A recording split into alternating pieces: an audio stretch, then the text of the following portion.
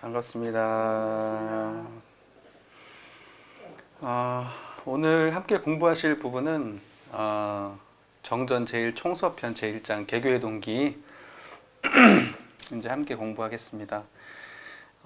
총서편은 그 1장의 개교의 동기, 2장 교법의 총설 이렇게 해가지고 총 이게 두 개 장이 모아져 가지고 총서편 이렇게 되어 있죠. 그러니까 이제 총서편은 그야말로 그냥 그 원불교의 총체적인 이야기를 아주 압축해가지고 실어놓은 그런 부분인데요. 딱 한 장밖에 안 돼요. 두 개 합쳐봐야. 그러니까 이 한 장의 총서편을 다 담겼다는 것도 정말 신기한 일이에요. 압축. 근데 이게 이거보다 더 깔끔하게 담길 수 있을까 할 정도로 너무 이렇게 잘 밝혀져 있고 사실은 혼돈이 별로 없을 정도로 사실 명확한 얘기들이 잘 밝혀져 있는데, 근데 아무래도 그 짧은 글에 담다 보니까 이제 자세한 설명이 있기보다는 이렇게 압축적인 글들로 돼 있기 때문에 사실은 그냥 읽고 넘어가면 또 쉽게 이해되는 부분도 있지만 또 막상 꼼꼼히 따져보면 내가 알았나? 이게 진짜 무슨 뜻이지? 이제 이럴 수도 있고 좀 그런 부분이 있는 것 같습니다. 개교의 동기를 함께 한번 읽어볼게요. 제가 읽어볼게요. 예. 현아 과학의 문명이 발달됨에 따라 물질을 사용하여야 할 사람의 정신은 점점 쇠약하고 사람이 사용하여야 할 물질의 세력은 날로 용성하여 쇠약한 그 정신을 항복받아 물질의 지배를 받게 하므로 모든 사람이 도리어 저 물질의 노예 생활을 면하지 못하게 되었으니 그 생활에 어찌 파란 고해가 없으리요. 그러므로 진리적 종교의 신앙과 사실적 도덕의 훈련으로서 정신의 세력을 확장하고 물질의 세력을 항복받아 파란 고해의 일체생령을 광대무량한 낙원으로 인도하려 함이 그 동기니라. 이렇게 돼 있네요. 자, 이제 개교의 동기라고 하는 그 제목에서 밝혀주신 바와 같이 그 원불교를 열게 된 동기가 정리되어 있는 거죠. 그러니까 원불교는 왜 열었냐 우리가. 이제 이게 깔끔하게 정리가 되어 있는데 뭐 내용은 아주 간단합니다. 전체적으로 이 내용을 말씀드리자면 원불교를 열게 된 것은 지금 우리가 살고 있는 세상이 파란 고해고 그 파란 고해를 광대무량한 낙원으로 인도하기 위해서 그러기 위해서 개교 동기가 된 거죠. 그러니까 이런 건 참 여러 가지 해석이 달린 문제기는 한데 크게 얘기하면 이제 이렇게 되는 겁니다. 자, 이제 이런 큰 틀을 가지고 근데 이제 어떻게 할 거냐 방법론이 나오는데 방법은 진리적 종교의 신앙과 사실적 도덕의 훈련이다. 진리적 종교의 신앙과 사실적 도덕 훈련을 통해서 파란고 일체정령을 광대무량한 낙원으로 인도하는 것이 원불교의 개교 동기다. 그러면 파란고해의 상황이 구체적으로 어떤 모습이냐고 하면은 대종사님께서 진단은 물질 문명이 발달됨에 따라. 이제 과거에는 사실 물질 문명이 발달됨에 따라라고 하는 그 대전제보다는 뭐 지금은 고해바다라고 과거에 그 부처님도 그렇게 표현을 하셨고 우리가 살고 있는 이 세상을 고해바다라고 말씀하셨죠. 근데 대종사님은 거기에 단서가 하나 더 붙는다는 게 달라요. 시대적 문명사적 담론이 하나 붙어요. 그게 뭐냐면 과학의 문명이 발달됨에 따라 이렇게 되는 거예요. 그 다음에 물질에 사용해야 할 사람, 그러니까 과학 문명이 발달됨에 따라 물질의 노예가 된다. 이것이 대종사님께서 파란고의 상황을 진단하신 내용이죠. 이제 이런 것은 사실은 우리 삶을 놓고 보면은 그냥 곳곳에 적용되는 문제고, 이제 조금 있다가 이제 구체적으로 좀 더 법문하고 관련돼 가지고 한번 좀 알아볼 걸 할 텐데, 하여튼 개교의 동기의 내용은 그렇습니다.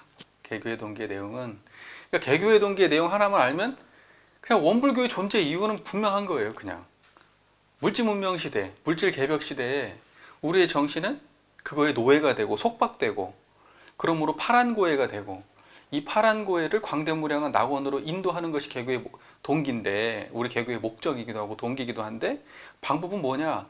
진리적 종교의 신앙과 사실적 도덕의 훈련이다. 끝. 이렇게 그냥 아주 간단한 이야기죠. 예, 근데 이제 조금 구체적으로 내용을 한번 이제 살펴보겠습니다. 자, 그럼 시작을 이제 현아 이렇게 시작을 합니다. 이 현아라고 하는 게 이제 사람들이 뭐 여러 가지 뭐 해석들을 많이 하지만 그냥 말 그대로 대종사님께서 당신이 서 계신 그 시점, 그 시점이 현아예요. 지금 내가 보니까 이런 말이죠. 내가 지금 현 시국을 살펴보니까 지금 이대로의 모습이 어떨 것 같다라고 예상을 하시는 거예요. 당신이 서 있는 기점이 사실은 그 물질 문명이 아주 그냥 우리 한국의 그 뭐랄까 제국주의 물질 문명의 노예들이 그냥 한국을 갖다가 집어삼키고 그걸로 핍박당하고 또 당신이 계신 그곳에 법성포를 통해서 근대 문물에 막 들어오고 또 당신이 또 경성 같은 데도 이렇게 직접 가가지고 그 이 경성의 그런 어떤 그 휘황찬란한 그런 뭐 근대 문명의 그런 모습들을 경험하시고 하면서 그 뭐랄까 그 미래적인 어떤 그 인간의 내면의 취약함을 간파하셨다고 저는 생각해요. 그리고 이 물질 문명이라고 하는 게 결국은 앞으로의 시대를 거의 주도하겠구나. 이제 이런 판단을 하지 않으셨을까? 이런 생각을 합니다. 그런다고 볼 때는 당연히 저것을 사용하는 인간의 내면의 문제가 그거보다는 훨씬 더 앞서가야 되는데 당신이 지금 그때 당시의 상황을 둘러본다 하더라도 사람들이 그 정도의 인지가 없는 거예요. 그 정도의 인지가 없는 거예요. 사실은 그런 관점으로 지금을 본다 그래도요, 별로 달라지지 않았어요. 예. 그러니까 이것은 뭐냐면 그 당신이 서 계신 그때 그 시점에서 바라본 그 모습을 그 현아입니다. 지금 이래로 이렇게 해석할 수 있는데 지금 이래로. 그러니까 앞으로의 미래적인 이야기입니다. 앞으로의 미래적 관점이 담긴 지금부터 앞으로의 미래 시대를 조망하자면 이런 식으로 좀 해석하면은 그 문제가 되지 않을까 생각합니다. 그러니까 현아 지금 이래로 과학의 문명이 발달됨에 따라 이렇게 됩니다. 그 과학의 문명이라고 됐어요. 과학이 뭐냐 이제 이런 거에 대한 정의를 이제 우리가 잘 해야 되는데 보통 과학 그러면 이제 물리학 이런 거 생각합니다. 그러니까 이제 그게 과학인데 과학이라는 건 이제 숫자의 세계고 계량의 세계고 뭐랄까 그 예전에는 기술의 세계였단 말이죠. 모든 걸 손으로 만지고 느낌으로 모든 걸 해오던 시대에서 머릿속으로 수학적 계산을 통해 가지고 모든 걸 창조해내는 시대로 이제 바뀌어가는 거죠. 대종사님께서 말씀하신 여기의 과학이라고 하는 것은 지식체계 일반이라고 하는 폭넓은 관점에서 우리가 이해해야 된다. 저는 그렇게 보거든요. 그러니까는 인간이 과학적인 어떤 이런 이 역량이 과학적인 사고를 하는 역량도 커지게 되면서 물론 그쪽 방향도 물론 아주 많이 발달한 것도 있지만 사람들의 그 지적 역량들이 전반적으로 골고루 그 과학적인 어떤 그 탐구 방식이 모든 학문 영역에 다 영향을 미치거든요. 그러면서 모든 학문들이 굉장히 많이 수준들이 높아지고 지식 체계가 굉장히 많이 갖춰지게 됩니다. 자연과학뿐만이 아니고 이런 사회과학, 또 인문과학, 또 뭐 철학, 또 문학, 또 역사, 그다음에 종교, 뭐 할 것 없이 그런 엄청나게 그 많은 그 지식 체계가 이렇게 잡혀지게 돼요. 그 지식 체계의 일반을 우리는 과학이라고 볼다 이렇게 볼 수 있다는 거죠. 그러니까 과학을 특정한 하나의 그 분야만을 과학이라고 수학적 사변 이상이라고 표현하는 그런 부분만을 과학이라고 우리가 정의할 수 없고 대주님께서 말씀하신 이 과학이라고 하는 것은 이 지식체계 일반을 말하는 거다. 그러니까 인간이 아는 수준이 굉장히 높아진 거죠. 아는 수준이 높아지면서 문명이 굉장히 그에 기반으로 문명이 굉장히 많이 발달한 거죠. 그러니까 그 아는 그 수준이 그게 과학 문명이 발달인 거죠. 그러니까는 이것이 이제 그렇게 발달됨에 따라서 근데 사실은 뭐냐면 이 과학 문명이 기반이 뭐냐 그러면 이 물질이 기반이죠. 예, 과학 문명이라고 하는 것은 이 물질적 차원에서의 이 물질 기반이 없으면 사실 과학이 존재할 수가 없는 거죠. 그렇기 때문에 과학이라고 하는 그 지식 체계 일반을 전부 다 우리 입장에서 볼 때는 물질이라고 우리는 이해할 수가 있는 거죠. 그러니까 우리는 지식은 정신이라고 생각하는데 사실은 지식도 물질이다 이렇게 볼 수 있다는 거죠. 그러니까 과학의 문명이 발달됨에 따라 물질을 사용해야 할 사람의 정신은, 그때의 물질은 사실은 과학도 포함된 물질입니다. 우리가 물질 그러면 만져지는 물질을 생각하는데 이런 게 아니라 그 물질을 사용하는 사람, 그 우리의 지식을 사용하는 사람, 우리의 가치와 판단을 사용하는 사람, 이렇게 해석하는 게 옳다. 저는 이제 이렇게 보는 거죠. 물질을 사용해야 할 사람의 정신은 점점 쇠약하고, 자 이제 이때 여기서 정신이 뭐냐는 거예요. 정신. 그것을 사용하는 그것이 정신이라는 거예요. 자, 지식이 있어. 과학이 발달했어. 그러니까 과학이 발달했으니까 내가 사회과학을 공부했어. 그럼 사회과학이 엄청 발달해. 사회과학 지식이 엄청 많아졌어요. 그럼 이것은 물질이란 말이죠. 그러면 정신은 뭐냐면 그걸 사용하는 거. 이제 이게 정신인 거죠. 그러니까 사람들이 이제 이런 걸 잘못, 이 과학이라는 해석을 특정한 어떤 이 분야만을 과학이라고 우리가 봐버린다면은, 그러면은 이제 예를 들면 그 문학적인 거, 문학적인 어떤 이런 감수성이랄지 또는 어떤 그 철학적인 가치 판단이랄지 이런 것들은 그런 정신의 개념으로 우리가 이해할 수 있지만 사실 그렇지 않다는 거죠. 그것도 물질이라는 거죠. 물질의 하나의 파생된 모양이고, 물질의 세력이라고 표현할 때 물질의 세력권 안에 들어오는 그러한 모습들이라는 거죠. 다. 그럼 결국은 그것을 사용하는 그것이 뭐냐? 그걸 정신이라고 하는 거죠. 자, 오늘 목이 자꾸 그러네요. 자, 사람의 정신은 점점 쇠약해진다. 그러니까 그쪽에 끌려가니까요. 계속 그 생멸하는 수도 없는 그 물질의 세력들이 끌려가니까요. 이론적인 거, 뭐 우리 하나 정치만 놓고 보도 그렇잖아요. 정치만 놓고 보더라도 여기선 이게 맞다, 저기선 저기 맞다. 우리는 거기에만 온통 신경 쓰지 그것을 쓰는 자리에 대해서는 생각해 본 적이 없거든요. 그것을 쓰는 자리는 우리는 아예 놓치고 살아요. 막 가치 판단에 미쳐가지고 막 이게 옳다, 저게 옳다, 저건 좌가 맞다, 우가 맞다 이러고만 살지 그거 쓰는 그 올바른 그 자리는 우리는 볼 생각을 안 하는 거죠. 이제 이런 게 물질의 노예 생활이라는 거죠. 한 단편을 놓고 본다면 또 돈. 우리가 교육을 갖다가 시킬 때도 아이들한테 그 결국은 교육의 목적이라는 게 돈 버는 거잖아요. 어떻게 하면 이 아이에게 돈을 벌게 해줄 것인가. 결국은 교육을 시키는 목적이 돈이에요. 그게 이제 물질의 노예를 만드는 거죠. 근데 사실은 뭐냐면 그 돈을 공부를 해가지고 그 돈을 벌어서 행복한 삶을 꾸리는 그것이 뭐냐는 거예요. 도대체 무엇이 들어서 그 모든 것을 하냐는 거예요. 그러니까는 돈을 버는 그것에 대해서는 생각을 하지 않아요.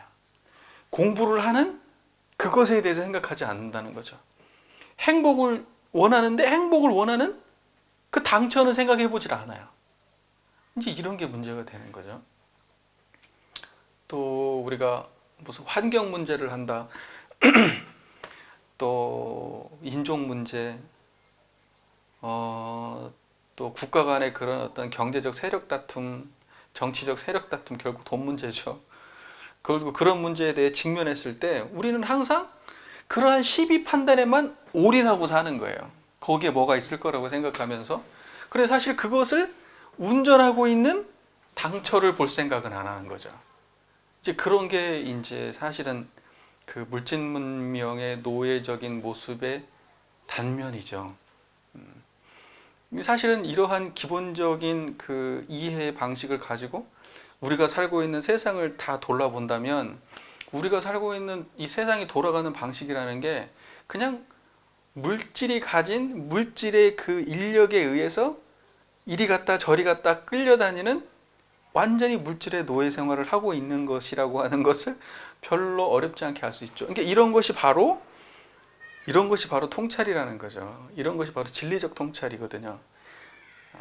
우리가 무엇을 찾아야 되고 무엇을 근본으로 삼아야 되고 어디에 의지해야 되고 행복이라는 건 과연 무엇이고 가치라는 건 무엇이고 그런 것들을 다 그 우리가 낱낱이 살펴볼 수 있으려면 사실은 뭐냐면 저기 안에서는 볼 수 없는 거죠. 무작정 물질의 세계 속에 끌려가는 그러한 태도로는 그러한 가치, 그러한 그 온전함을 우리가 찾을 수가 없는 거죠. 그냥 노예 생활로 죽을 때까지 살다가 자기가 노예로 살았는지도 모르고 그냥 가는 거죠. 모든 사람들이 다 그렇게 사는 거예요.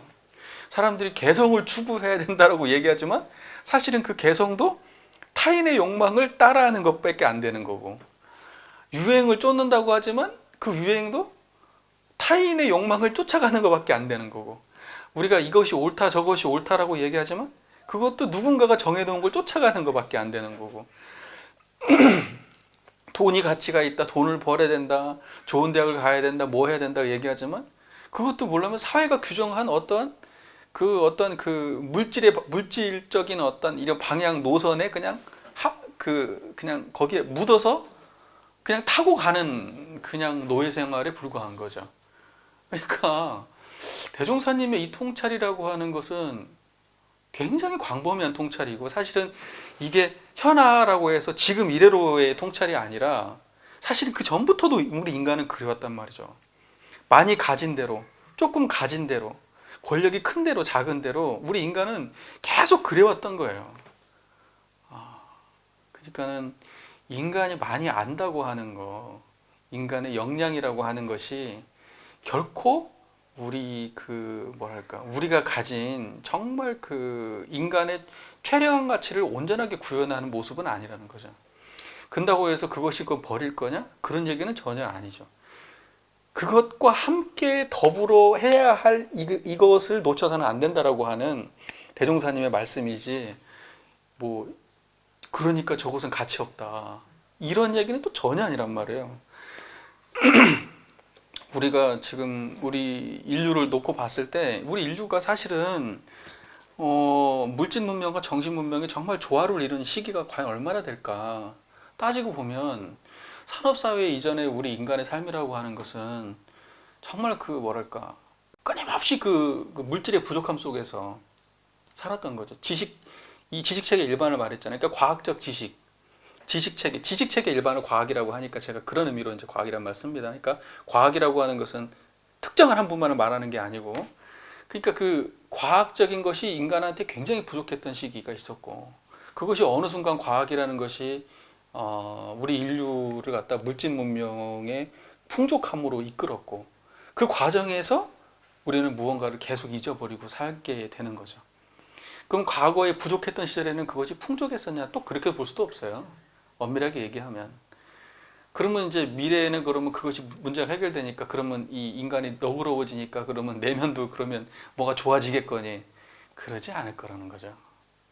그때의 부족함과 지금의 풍족함은 물질 문명의 차원에서 보면 그냥 그때도 노예고, 이때는 없어서 노예, 이때는 넘쳐나서 노예.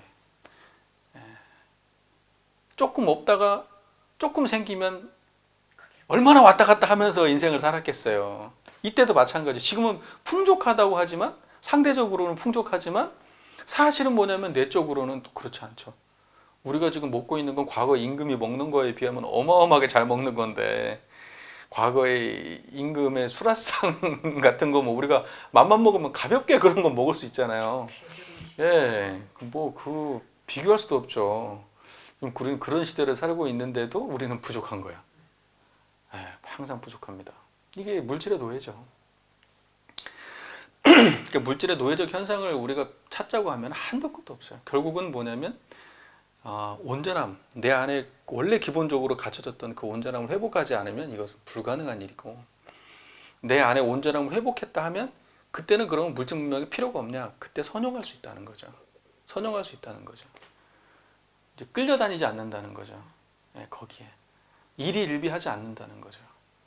그냥 조금 변하면 막 좋아했다가 조금 이러면 막 싫어하고, 이러지 않고 항상 그 탄탄한 그 온전함을, 탄탄한 평등한 평안함을 유지할 수 있다는 게 달라지는 거지, 막 뭐가 달라질까? 그러진 않을 거예요. 만약에 그렇게 된다고 하면 내 안에 그런 평정함, 저것 때문에 막 조금 더 갖고 조금 더 하려고 이렇게 아등바등 사는 삶이 아니면 베푸는데 인색하지 않을 거고, 베푸는데 인색하지 않으면 지금 우리가 살고 있는 이렇게 물질 문명이 풍부하게 넘치는데도 어딘가에서는 굶고 있고, 어딘가에서는 정말 굶어 죽고 있고, 약이 없어서 죽고, 못 먹어서 죽고, 물이 없어서 죽고 이렇게 있고, 지금 우리 한국 사회에서도 지금 어딘가에서는 아침에 밥을 못 먹는 애들이 있단 말이죠. 이제 지금은 이제 그 급식이 이제 됐으니까 좀 그렇지만은 그것도 못 하겠다고 막는 인간들이 있었단 말이에요. 그러니까 지금 아직까지 대종사님께서 이야기하는 그런 세상이 원래 멀은 거죠. 우리 안에서 이미 부족함이 없어야 돼요. 부족함이 없을 때 내 거 나눠주는데 문제가 없는 거예요. 우리 뭐 종교가 과거에는 어떠나 모르겠지만 원불교가 추구하는 바는 분명히 대승적인 방향이고, 대승적 방향은 내 안에서 추구하는 것이 사회에 구현돼야 대승입니다. 네, 그리고 사회에 구현되지 않는 내 안에 어떤 그 무엇은 아무것도 아니에요, 사실. 이것이 사회에 구현되도록 하기 위해서 사실은 우리가 하는 거 개교의 동기가 있는 거지. 이 개교의 동기는 뭐냐면 모든 중생을, 일체 중생을 전부 다 인도하려고 하는 게 개교의 동기지. 원불교를 수행하는 사람이, 원불교를 신앙하는 사람이 나 혼자 공부하겠다, 땡이죠, 땡.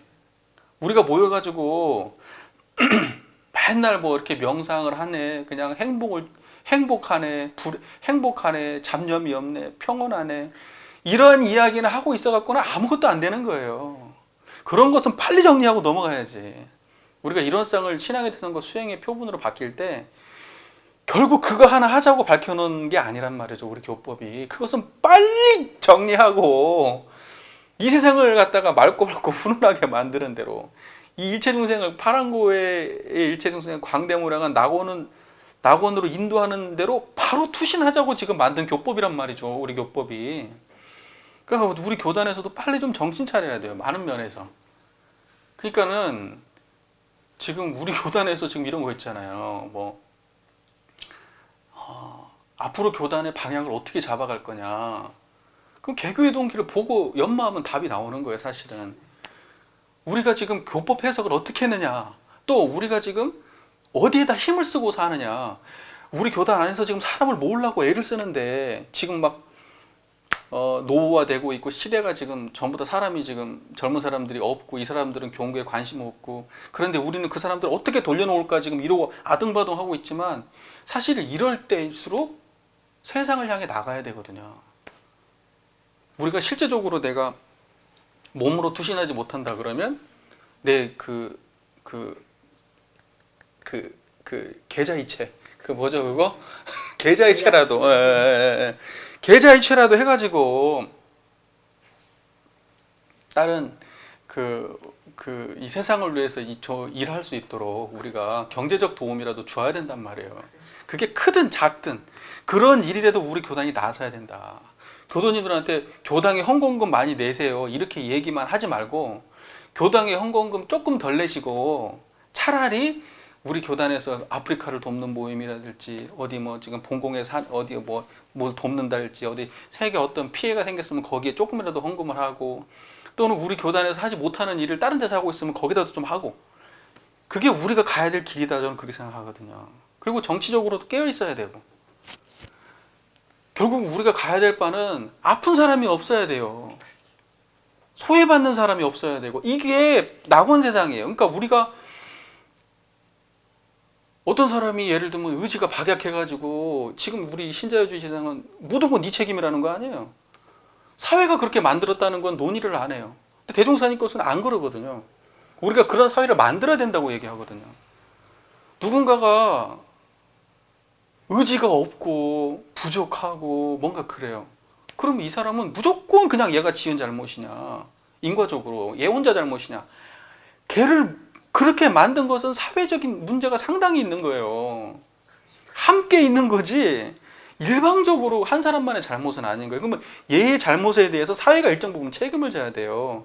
얘의 무기력함에 사회가 책임져야 되고, 얘의 범죄에 대해서 사회가 책임을 져야 되는 거예요. 또 얘의 부정적인 태도 또는 얘의 고통에 대해서 사회가 책임을 져야 되는 거예요. 근데 원불교는 그 방향으로 가야 되는 거거든요. 그런데 아직까지도 그런, 뭐 지가 못해서 그런 거지, 왜 딴 사람들은 잘 살고 있는데 왜 우리가 저렇게 해야 돼, 이게 이렇게 생각하면 그건 원불교적 사고방식이 아니란 말이죠. 근데 원불교는 보면 자기 돈 많은 사람들 얘기만 듣나 봐요. 저 위에 분들이 다. 예, 돈 많고 명예 있고 이런 사람들 얘기만 듣나 봐요. 이번에 성주에서 난리가 났고 저도 못 갔는데 마음에 지금 되게 빚이 있는데 모르겠어요. 뭐 이렇게 전화라도 해가지고 위로라도 했는지 어쨌는지 공개적으로 나설 수 없는 위치라고 하면 정말 사적으로라도 좀 나서가지고 힘이라도 좀 줘야 되는 거 아닌가? 이런 생각을 많이 하거든요. 우리 교단이 정말 이제 앞으로 정말 성장하려면 자본의 편에 서서도 안 되고 권력의 편에 서서도 안 되고 약자의 편에 서야 됩니다. 그게 종교의 역할이고 그게 그렇게 되지 않는다 그러면 종교의 존재 이유가 없는 거예요, 사실. 존재 이유가. 옛날에는 생존 자체가 위험했어요. 우리가 무언가 권력 편에 서지 않고 막 이렇게 하지 않는다고 하면 우리는 그냥 생존이 안 된다고 생각했단 말이죠. 그냥 그 순간에 무너지는 거예요. 그냥 아예 그냥. 지금이 그런 시대가 아니단 말이죠. 지금은. 근데 아직까지도 과거적 사고방식을 하시는 분들이 아주 많아요. 큰일이에요, 큰일. 예. 그러면서 이렇게 좀 진보적인 사고방식을 하고 뭔가 원불교가 좀 사회적 역할을 해야 된다라고 이렇게 이야기하고 더 많이 해야 된다라고 지금도 많이 하고 있지. 타종교에 비해서야. 근데 뭐 타종교에 비해서 우리가 만약에 조그마한 이런 얘기 할 필요는 없잖아요. 근데 우리는 사실 우리 규모에 비해서 많은 일을 하고 있다고는 하지만 사실은 안 돼요. 더 많이 해야 돼요. 그러니까 그런 거 생각하면은 항상 그 뭐랄까 그 죄스러움이 있고 그 마음에 그 부채의식 같은 게 항상 있는 거죠. 그러니까 이제 저도 이제 조금 웬만하면 이제 좀 여러 군데다가 그 이렇게 좀 계좌이체를 이제 이번에 조금 올랐으니까 또 한 군데 또 넣고 이렇게 해가지고 조금이라도 좀 그런 걸 많이 확대해야 된다 저는 생각합니다. 많이 장려해야 되고 그리고 이제 건물 짓고 이런 거 뭐 우리는 그렇게 심한 건 아니지만 더 많이 안 해야 되고 네, 그래야 되지 않을까. 뭐 자꾸 뭐 말이 엄청 뭐 많이 달려버렸네요. 자, 쇠약한 그 정신을 항복받아. 자, 그러니까 사람이 사용해야 될 것들이 더 커졌다는 거죠. 사람이 사용해야 할 것들이 더 커졌어요. 사람이 운전해야 되는데 우리가 그걸 가지고 부려야 되는데 그것이 세력이 더 커졌어요. 이제 그런 세상은 이제 대동사님이 볼 때는 이제 파란 고해죠. 그런데 이제 이 세상이 더 커요. 내적으로 이 온전한 정신이 훨씬 더 힘이 세요. 그래서 저것들에 끌려다니질 않아. 내가 조금 더 먹고 싶은데 끌려가지 않아. 이 사람이 아픈데 나눠주고 싶은 게 더 커. 내가 조금 이익을 더 보는 거에 끌려가지 않아. 누군가에게 더 나눠주는 게 더 좋아. 이제 이렇게 되면 좋겠어요. 이제 이렇게 되면 그게 바로 이제 물질의 세력을 항복받는 거죠. 자, 대종사님께서 이제 이렇게 얘기합니다. 모든 사람이 도리어 저 물질의 노예 생활을 면하지 못하게 되었으니 그 생활이 어찌 파란 고해가 없으려. 물질의 노예. 그러니까 물질의 노예라는 말은 우리 입에 달고 살아야 돼요. 사실은. 우리 존재 이유가 뭐냐? 교단의 존재 이유가 물질의 노예임을 인식하고 그 물질의 노예에서 벗어나게 하는 거다. 이게 광대무량한 낙원세계 건설이다 라는 거죠. 그러니까 물질의 노예라는 말을 우리가 많이 써야 돼요. 사실은 대종사님 100년 전에 이미 대종사님이 물질의 노예라는 말을 썼고 그때 당시에 제가 보기에 이것은 그 앞으로 그 원불교 정체성의 뭐 가장 중요한 부분을 차지하는 말일 수 있다 저는 생각합니다. 물질의 노예. 그러니까 개교의 동기에서 잊어서는 안 되는 말. 물질의 노예. 이건 잊어서는 안 된다라는 겁니다. 자, 대종사님께서 이렇게 표현하시죠. 대종경 서품 8장에 이런 말씀이 있습니다. 우리가 건설할 회상은 과거에도 보지 못하였고 미래에도 보기 어려운 큰 회상이라. 그러니까 물질 문명과 정신 문명이 조화를 이룬 세상. 이건 과거에도 보지 못했죠. 과거에는 물질 문명이 부족했고 미래에는 정신 문명이 부족할 것이고. 그러니까 이제 앞으로의 시대는 그 두 가지가 다 갖춰진 세상이 될 것이다. 우리가 건설한 회상은 과거에도 보지 못했고 미래에도 보기 어려운 큰 회상이라. 그러한 회상을 건설하자면 그 법을 제정할 때에 이게 나오죠. 도학과 과학이 병진하여. 자, 도학과 과학이 병진하여 참문명 세계가 열리게 하며. 그러니까 도학과 과학이 병진된 세상이 대동사님께서 하는 그죠. 우리가 건설할 그 과거에도 미래에도 보지 못한 세상인 거죠. 도학과 과학이 병진하는 참문명 세계. 예, 맞아요. 그 다음에 동과정이 골라맞아서 공부와 사업이 병진하게 하는 거. 예전에는 공부하면은 사업 못하고 사업하면 공부 못한 거예요. 그래서 출가하면 산으로 들어가야 되는 거예요. 근데 이제 아니라는 거죠. 동과정이 골라맞는다는 거예요. 그러니까 삶 속에서 공부하는 거예요. 이제 삶을 등지고 공부하는 게 아니고, 또 삶 속에서 공부해야 공부가 더 잘 돼. 예전에는 여기를 떠나야 공부가 됐는데 이제는 여기 있어야 공부가 더 잘 돼. 이런 교법을 만들어 주신 거란 말이죠. 동과정이 골라맞아서 공부와 사업이 병진되게 하고, 모든 교법을 두루 통합하여 한 덩어리 한 집안을 만들어 서로 넘나들고 화하게 하여야 하므로 모든 점에 결함이 없이 하려 하며. 잘 이렇게 일이 많다. 모든 교법을 두루 통합하여 이렇게 돼 있어요. 모든 교법을 두루 통합하여. 이게 대종사님의 이 정신이란 말이죠. 그러니까는 우리는 모든 교법을 두루 통합해야 되는데 불교만 통합했다 이렇게만 안 된단 말이죠. 모든 교법을 통합하는 거지, 불교만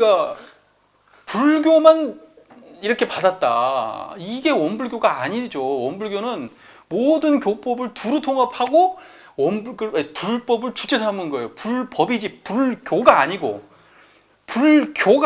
불법을 주체 삼은 거예요. 불법이라는 말은 다른 말이 아니라 불법, 깨닫는 법이란 말이죠.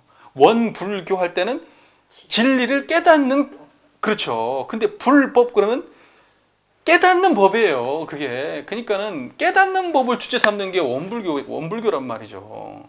불법을 주체 삼는다고 할 때 불교를 주체 삼으면 안 돼요.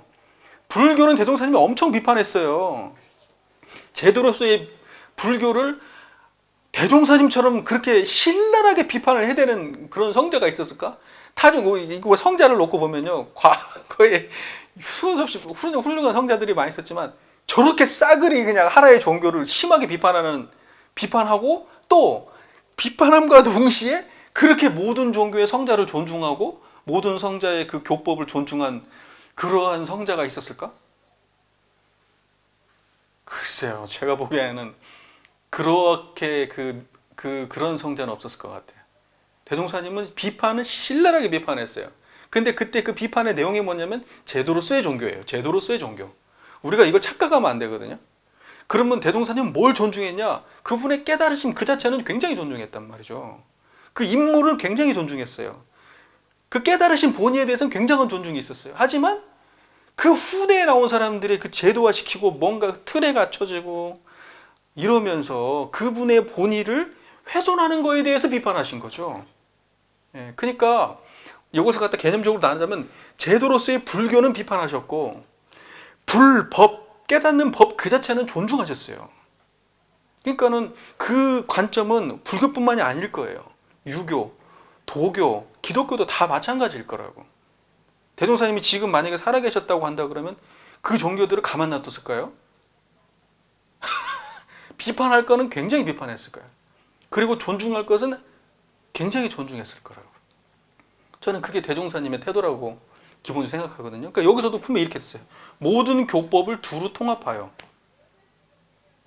이때 불교만 있는 건 아니라는 거예요. 제가 지난번 설교 때도 그 말씀 드렸지만 사람들이 그걸 읽을 때 뒤에 모든 종교의 교지도 이를 통합하여 이건 빼버려. 그리고 불교를 주체 삼아. 요것만 생각해. 그리고 모든 성자의 그 깨달음에 대한 존중이 있는 부분을 제껴버리고 석가모니 부처님만 그 앞에다 갖다 놔. 불교가 잘못됐다는 게 아니잖아요. 깨달음이 잘못됐다는 것도 아니고, 이게 정말 그 오해가 있어서는 안 된다. 저는 그렇게 생각합니다. 이건 정말 중요한 내용이에요. 중요한 내용입니다. 그러니까 대종사님의 연원 정신에 대해서 어이없는 생각을 하면 안 되거든요. 주체 삼은 건 불교가 맞으나 대종사님은 반드시 여기 나와 있는 대로 모든 교법을 두루 통합해서 활용하려고 하는 기본 베이스를 가지고 있었던 분이다. 네. 중요한 얘기죠. 이번에 학생님도 안 왔어요. 야, 됐죠. 깜짝 놀랐어요. 자, 그 다음에 또 재미있는 얘기가 하나 있어요.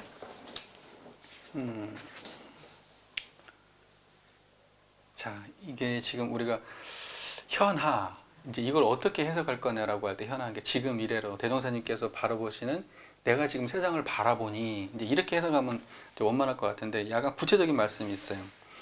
대종경 전망품 14, 대종경 14 전망품 19장 말씀인데 전망품 19장 말씀인데 이렇게 있습니다.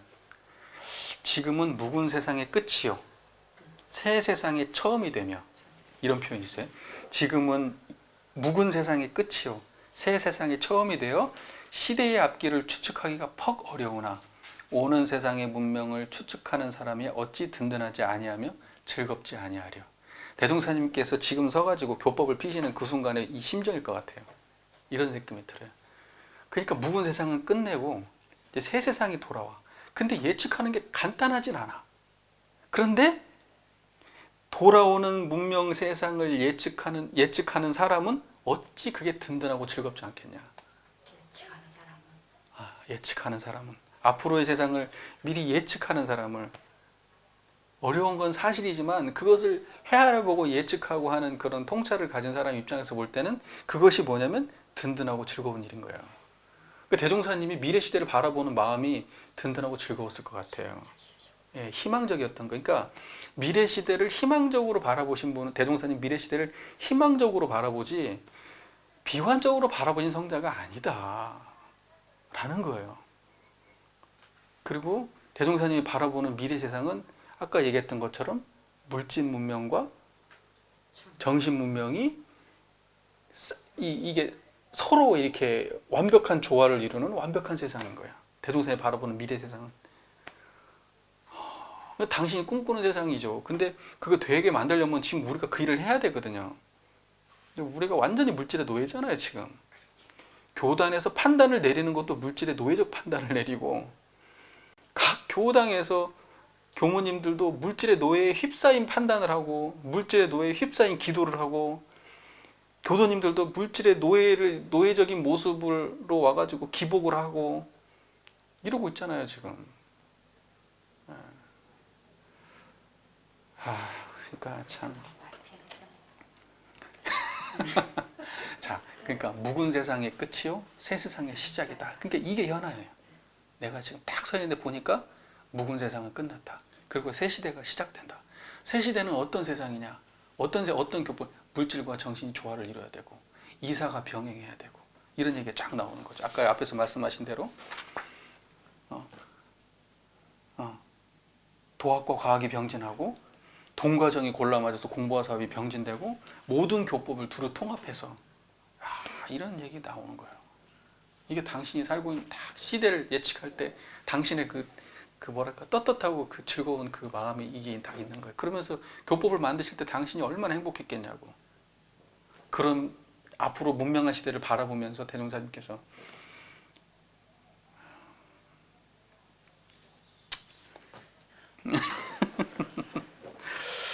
재밌죠? 예, 재밌죠? 자, 우리가 이제 대종사님께서 이제 교의품 2장에 이제 이런 말씀이 있어요. 제 교의품 30장에 130쪽 보면 이런 말씀이 있어요. 지금 세상은 물질 문명의 발전을 따라 산업공상에 대한 학식과 기술이 많이 진보되었고, 자, 이게 지금 아까 과학의 문명의 발달됨에 따라예요. 과학의 문명의 발달됨에 따라 여기 이렇게 표현되어 있죠. 물질 문명의 발전을 따라 이게 지금 과학의 문명이 발달됨에 따라고 관련 있는 말입니다. 이게 여기 지금 그러니까 이런 걸 잘 해석해야 돼요. 그러니까 그래야 대종사님께서 과학의 문명이 발달됨에 따라라고 하는 거에 본의를 알 수가 있는 겁니다. 여기는 분명히 물질의 문명이 발전을 따라 이렇게 표현하고 있어요. 그러면 뭐냐면 산업공상에 대한 학식과 기술이 많이 침보되었으며 이게 물질 문명의 발달이에요. 이게 과학의 문명이 발달됨에 따라예요. 그러니까 과학의 문명이 발달됨에 따라의 모습은 산업공상에 대한 지식과 학술이 많이 진보되었으며 이렇게 이해하시면 돼요. 그죠?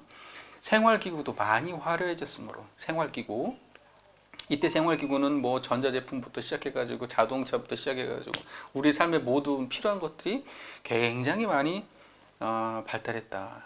자, 이런 화려한 물질에 눈과 마음이 황홀해지고 그 반면에 물질을 사용하는 정신은 극도로 쇠약하여 주인된 정신이 도리어 물질의 노예가 되고 말았으니 이는 실로 크게 근심될 현상이라. 그것을 사용하는 그 정신을 잊어버렸다 이거죠. 자, 그러니까 그것을 사용하는 그 정신이라고 할 때는 산업공상에 대한 학식과 지수를 사용하는 그 정신을 잊어버렸다는 거예요. 그러니까는 우리가 이게 착각하면 안 되는 게, 그러면 산업공상에 대한 학식과 기술이라고 하는 것은 물질이고, 우리가 착각하면 안 되는 게, 예를 들면 내가 공부를 많이 해서 잘했어. 그러면 내가 물질의 노예를 벗어날 수 있냐? 못 벗어난다는 거예요. 그 지식 자체가 물질이지 물질을 갖다가 벗어나고 이러는 문제가 아니라는 말이에요. 사람들이 착각하거든요. 많이 배우면 많이 배우면 뭔가 이렇게. 그러니까 원불교에서 공부한다고 하시는 분들이 지적인 양 가지고 승부를 보려고 그래요. 머릿속에 뭔가 많이 들어있으면 저 사람이 뭔가 이렇게 옳은 판단을 할 것이다. 뭔가 그 물질의 노예로부터 벗어나는 생각과 판단을 할 것이다. 천만의 말씀이죠. 그렇지 않아요. 그냥 물질의 노예일 뿐이에요. 그냥 그거의 노예. 지식과 기술의 노예. 산업공상이라고 표현되어 있잖아요. 기업체가 돈을 엄청 많이 벌면 이 사람은 물질의 노예 아닌 것 같아요? 그냥 물질의 노예예요. 자, 이게 잘 나와 있단 말이죠. 자, 그 다음에 이 세상에 아무리 좋은 물질이라도 사용하는 마음이 바르지 못하면 그 물질이 도리어 악용되고 마는 것이며, 그때의 물질은 뭐죠? 산업공상에 대한 학식과 지수를 포함한 겁니다. 그 다음에 수많은 물질을 포함한 거예요. 아무리 좋은 재주와 박람박식이라도, 자 보세요. 좋은 재주와 박람박식. 박람박식이 뭐예요? 그죠?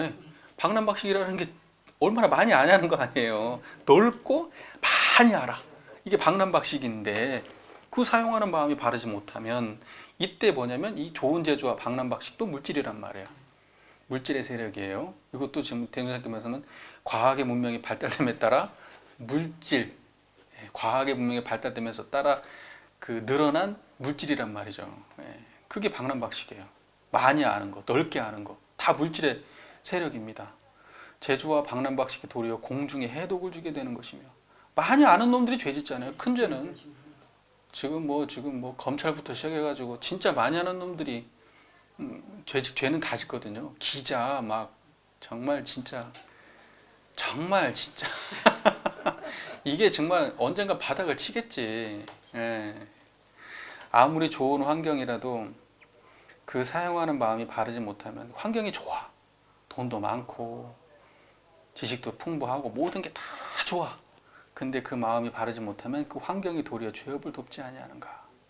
그러므로 천하에 버려진 모든 바깥 문명이, 그래놓고 종합하시죠. 천하에 버려진 모든 바깥 문명이, 이거 지금 물질 문명 얘기하는 거예요. 바깥 문명이라고 표현하신 거죠. 그죠? 그 앞에서 얘기했던 뭐 좋은 재주, 박람박식, 뭐 산업공상에 대한 지식과 기술, 이런 모든 것들, 이게 다 지금 대동사님 말씀하신 대로 바깥 문명이에요. 바깥 문명. 다시 말해서 물질 문명, 다시 말해서 과학 문명입니다. 자, 찬란하다 하나 오직 마음을 사용하는 법의 조정녀에 따라 이 세상을 좋게도 하고 나쁘게도 하나니 마음을 바르게 사용하면 모든 문명이 다 낙원을 건설하는데 보조하는 기관이 되는 것이요. 자 보세요. 이때 모든 문명이라고 하는 건 물질 문명 얘기하죠. 마음을 바르게 사용하면 그 물질 문명이 다 낙원을 건설하는데 보조 기관이 되는 것이요. 이렇게 나옵니다. 그러니까 버린 게 아니에요.